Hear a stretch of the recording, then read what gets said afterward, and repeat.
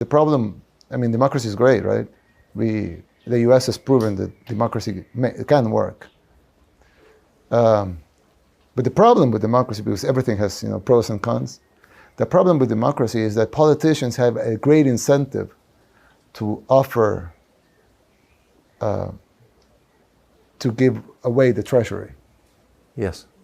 So if I say, no, I'm going to keep the treasury, it's because we might need it, for an emergency or something. Nobody would like that. People would like, oh, I'm going to give away the treasury. So they would vote for him. Then another politician will, you know what, I'm going to give the treasury plus another treasury. So we're going to go into debt, right? Everybody will say, great, let's receive more money from the treasury. And when I say treasury, I mean, anything, building stuff, giving free stuff, sending checks to people. COVID relief. Yeah, exactly. Getting, a stimulus, whatever. Yeah. And you said correct me if I'm wrong, you said I have a 3-point plan, and I'm thinking, I wonder what that is. I don't know, start a Federal Reserve Bank? And you said the first point of my plan is seek God's wisdom. Yes. That is what you said. Yeah, I said that, yeah. Why would that be the first point of an economic plan? Why wouldn't it be? What should be the first part of the plan? Well, I think it should be. Yeah. But I can't... And most people would think that, right? I've never heard any leader of any country say that. Because they forgot to represent the people that elect them. Yeah. It's like you ask most of the people that elect the politicians, they say, yeah, that's fine, yeah, I believe that. But then you ask the politician, and he will say, no, that's not. So who is he trying to pander into? I mean, it doesn't make sense, right? Successes, which are just measurable, I'm not saying this for ideological reasons, but just a fact that you've transformed the country in a good way and that you're literally the most popular elected leader in the world. Again, not speculation, provable fact. You'd think that would be greeted in the hemisphere as this amazing thing, like what's going on in El Salvador? And instead, there's been this, what's going on in El Salvador? Yeah. There's been hostility. Yes. Do you think that's why? I'm not sure, but one of the reasons is that we don't pander to them. So probably they don't like that. It's probably a reason. So there's worldwide agendas, right? These are provable facts, right? They have benchmarks that they need the countries to follow and they need the countries to do. This is out there, right? But sometimes if you work on those things, you're probably neglecting the important things for your people, the things that your people are really asking. There's a spiritual component that's driving it. Why not just say so? Yes. But I guess my point is you saw it as that. Yes, of course. There's a spiritual war and there's a physical war.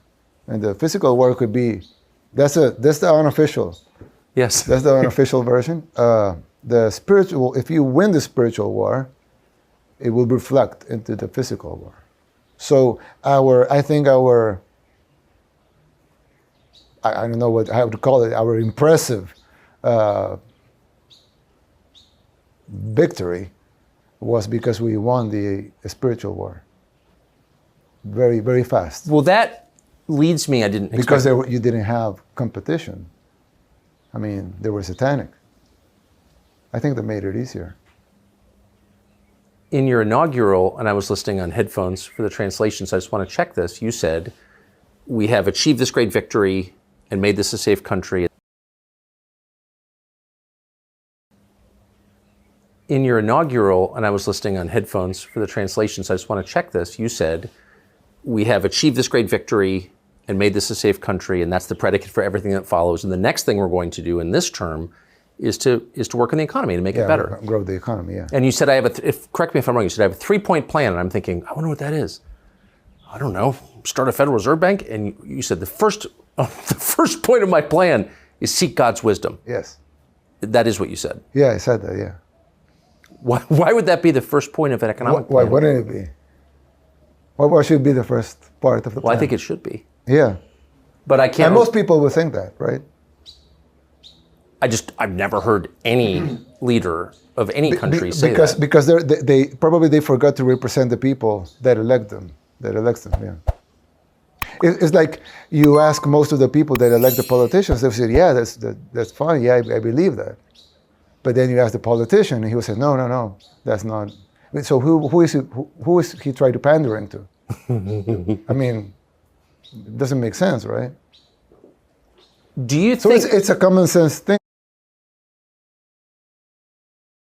So the politicians have the incentives of just giving away the treasury and entering huge amounts of debt, and that doesn't not only destroys the structure of the government, but it also destroys the structure of society. Because if you give, for example, money, okay, if you don't work, I give you money, right? Or if you can shoplift $1,000 a day and still get some money from the government for food, housing, why would you work in that store with shoplifting? A lot of major cities in the U.S. will have strongholds of. right outside Washington, D.C.? Yes, of course. And you have in Long Island and Yes. in L.A. It's a huge criminal international organization. So they grew and they started, killing more people just to get territory or to fight against rival gangs or to, collect debts or, money or whatever. But as the organization grew, they became satanic. They started doing satanic rituals. I don't know exactly when that started, but it was well documented. Yes. And in our arrest, we've even found altars and things like that. Yes, I've seen them. And so they became a satanic organization. And even when you sometimes when you interview gang members that are in prison, they would say, "I'm out of the gang." Of course, they're in prison, but they would say, I'm not a member of the gang anymore. And when they asked them why, I remember I said, why did you left the gang? And he said, well, because I was used to kill people,